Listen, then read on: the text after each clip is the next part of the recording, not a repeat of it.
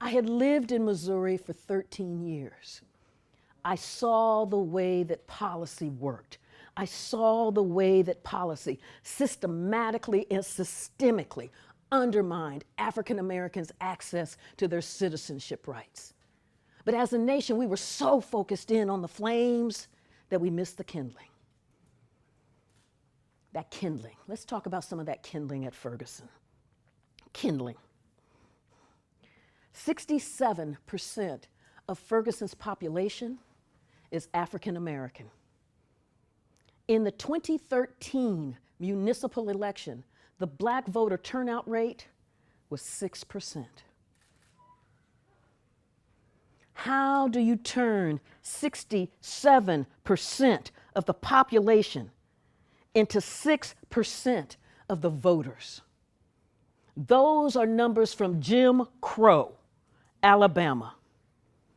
You do it via a series of policies, the ways that you hold your elections, the ways that you craft your ballots. There's a whole series of tricks that you can use to change 67% into 6%.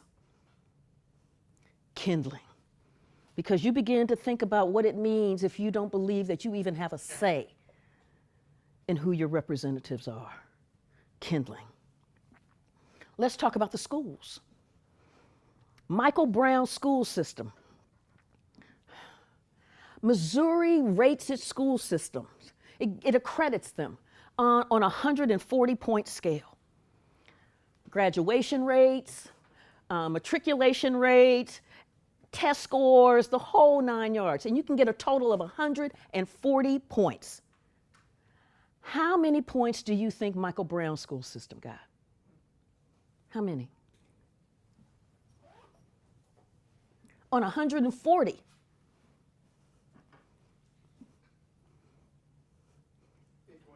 20. That's a good one, Eric. That's a good one. 20 out of 140, right? Anybody else? 10. Whoa. Aren't okay, I believe that's called cheating. 10. 10 out of 140 points for 15 years. What that means then is that the public policy leadership was very comfortable with pulling an entire generation of black children through a school system that could garner no more than 10 points, an entire generation. And then start pulling another generation through, because we're at 15 points from K through 12. Kindling.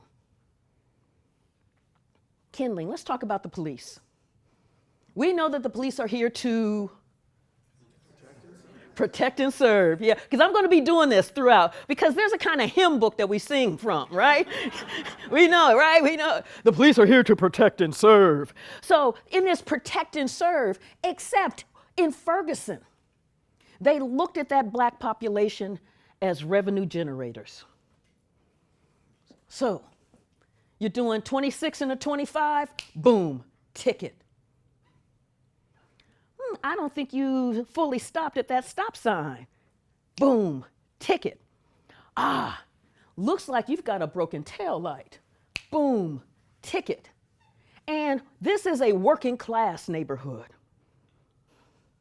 And so when you start hitting this neighborhood, this community, with $50 tickets, $25 tickets, $80 tickets, $100 tickets, and you begin to think about what that means. You pay the ticket or you pay your rent. You pay the ticket or you keep food on the table. You keep the lights on. There's not disposable income here. When you don't pay that ticket, the next time you're doing 26 and a 25, because now there's a warrant out for your arrest. Then you are jailed. And then the entire criminal justice process of fines and court fees and bail are all pulling from this working class black community. By the time when Ferguson blew Those fines and those tickets accounted for 25% of Ferguson's operating budget. 25%. And let me be really clear. Justice was not blind. Justice, in fact, had, what did he call it? Had LASIKs. Because justice was, so if the police would happen to stop somebody white and try to hand them a ticket and go, ooh, sorry, not you.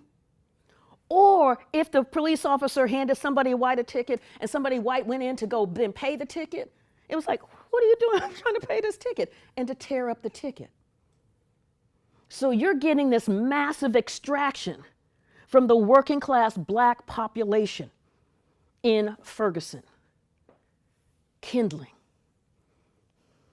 And so as I began to think about this kindling, I began to think about the way that white rage worked. White rage is not about visible violence. We often think of rage as visible. We often think of the racism as this visible thing. But white rage is subtle. It is corrosive.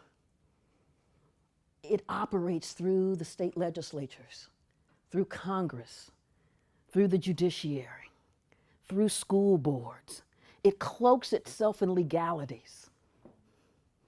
And so I set out, and so because it's so quiet, it's so subtle, you don't see it. And so I set out to blow graphite onto that fingerprint, to be able to trace white rage throughout time, not all the way back to time immemorial with the dinosaurs, but at least up to the Civil War all the way through to 2016.